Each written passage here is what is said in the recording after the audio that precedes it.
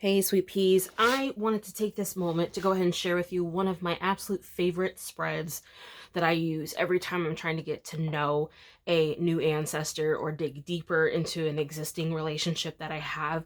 And this is a zodiac style spread. And we're using the houses, the currently established houses of the zodiac, to understand an ancestor's personality, their possessions, like their material stuff, how they communicate, their home life, their love and creativity, some of their work and day-to-day stuff, relationships, major changes that occurred in their life. These are kind of like the big stuff, not just the little ones. This is maybe some of their higher learning stuff. Reputation and status, social life, and maybe even their mystical stuff. Now, I go that way because I love following a clock, and I understand that starting with the houses of the zodiac starts here, and I believe the houses go that way. So if I remember this correctly, that's how it goes. I do it this way just because of comfort. If you want to go the other way, it's up to you. Personally, I think this can be adapted to apply to any modality, any interest, any perspective. So this is just how I use it. And I use a 13 card to kind of like get a idea of what they thought of their life while they lived. And I'll use that as part of the conversation or part of the dialogue that I have with that particular ancestor moving forward, or even with the other ancestors. So let me go ahead and swoop this up, and then I'm going to show you how I shuffle, how I dig into this spread, and also how I elevate the spread when I'm looking for more information.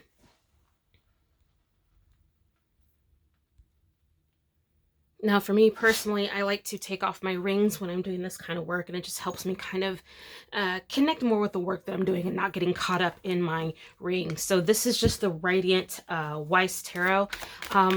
When I'm shuffling the cards, I am thinking about the particular ancestor that I want to connect to. So if you have a name, just keep that name in mind, keep that memory in mind. If you don't have a name of the ancestor, but you know their relationship, like I want to know about let's see if I can actually use an example. My grandfather's grandfather. So that's who I'm looking for. And I remember the picture of him in my mind. So we're going to start there. So you shuffle the cards until you feel the nudge to stop. And this is just going to be haphazard today. Okay. All right, tilt it. So we're going to keep it there. If you want to cut your cards, cut your cards. If you want to just deal off the top, do your thing. If you want to wait for hoppers, go for it. I like being pretty basic when it comes to this kind of work because I need the system.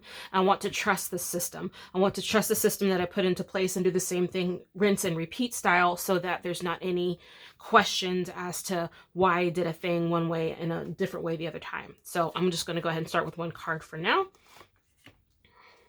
2, 3, 4. Let's hope this is in frame. 6, probably not. 7, 8, 9, 10, 11, 12. I want to know what they thought. So I'm going to pull a card. I was going to pull the bottom, but I am going to leave it to the top. I read the shadow card at the bottom of the deck. Now, when I'm referencing the shadow card in this kind of reading, I would think of it as kind of like a perspective on this reading, a perspective on their life, or a perspective from them on the overall feel. When it's the overall feel, to me, this is kind of like, okay, maybe this is like the overall impression that this person left. There's lots of ways that you can read into it, but I just like to look. I'm a nosy brat that way.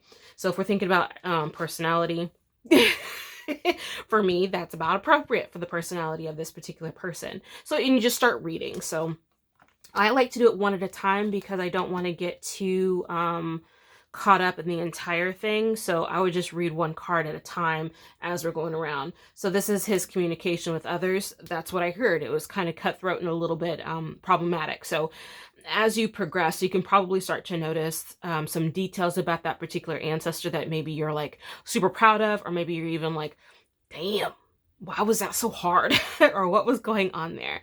And that's okay. Just continue through, continue asking questions internally, maybe even jot some of those questions down, because it's a really good idea before you wrap up this spread to ask those additional questions that you have. So there we go. So this is that particular ancestor. Now, now that I'm at this point, I've had my conversation, I've answered the primary questions, or I got a primary like snippet of this particular ancestor's life and lived experience. Now, if you feel skilled enough to expand this even further, idea is to combine it with another deck of cards. I'm going to pretend it's already in here and do the same thing. Oh, maybe I do have another set over here. Oh, I don't. No, I don't have another deck out. Oh, no. Yeah, I do. We'll pretend this is 3 decks of cards all together, okay? So, do your thing. 1, 2, 3, 4, 5, 6, 7, 9, 10, 11, 12. Bang. All right. And then take your other set. Same thing. You shuffle, thinking about that ancestor, asking for more information. Layer it on top.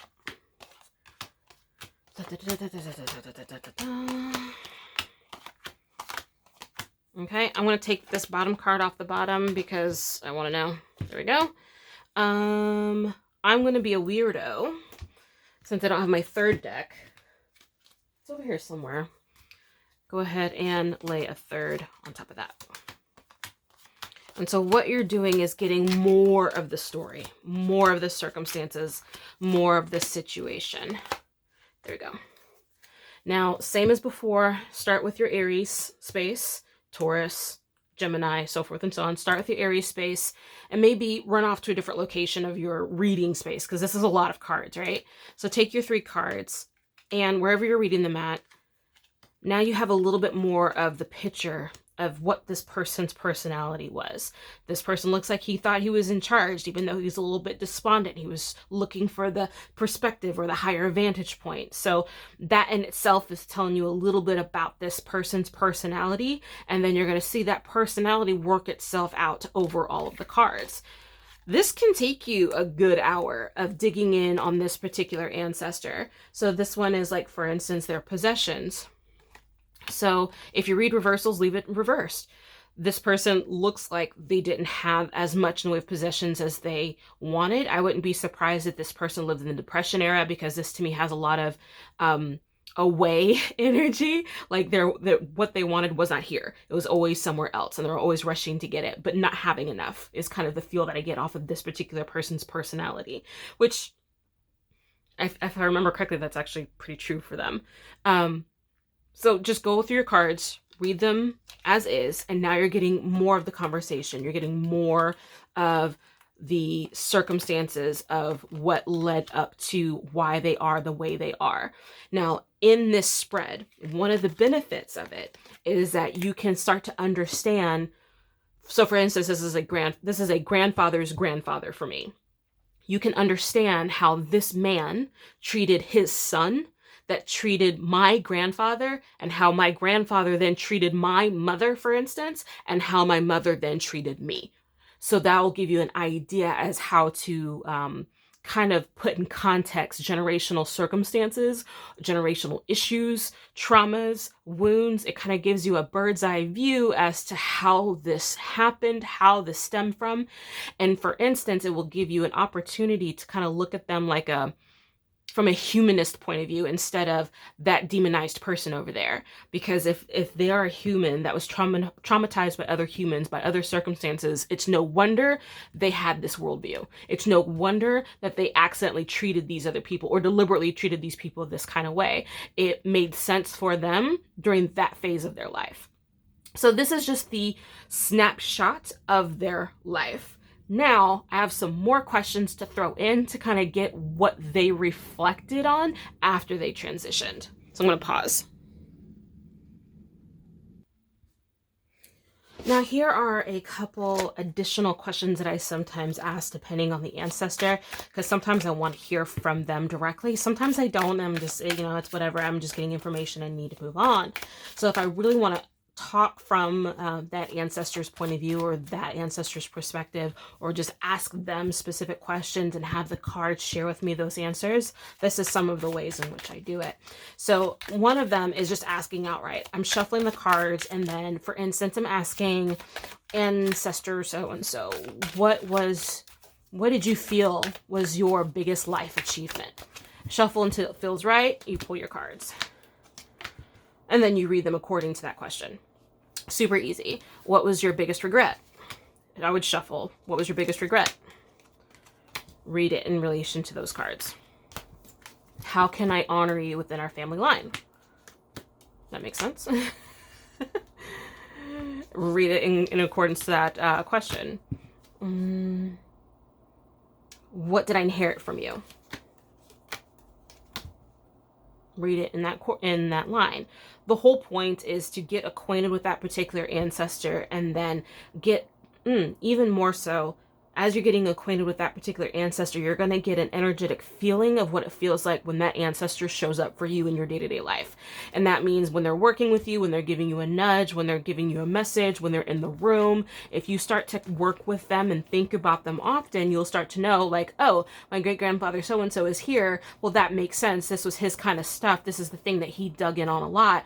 I'm at the thrift store. He loved this stuff. So that makes sense as to why he's showing up for me right now. So that is some of the ways in which I like to begin my dive into some of the stuff going on with my ancestors, or understanding a new relative. I'm going to have more of information and content surrounding this kind of topic, and how you can access your ancestral memory, how you can access your ancestral lineage and have conversations with these people as though they're sitting in the room with you through your cards. So this is an excellent tool for doing just that, because no one's ancestry is lost if they have enough courage to pick up a deck of cards, understand or learn your deck of cards, and then use that tool to communicate with your elders and your ancestors. And you don't have to be tarot literate. You can still use the book. You can still, use whatever method necessary. You don't even have to use tarot. I like tarot. Use Lenormand. Use regular playing cards. It's really, really up to you. But this is one of my favorite topics under the sun. And so it's time for me to share it. So if you have any questions about the process that I just spelled out for you, please let me know. I love engaging in the comments with you, and I'll answer as much as possible as soon as possible. So forgive me again for this low budget editing video, but you know what? I'm a busy girl and I got things to do. So you guys take care. Thank you so much. Take care. Bye.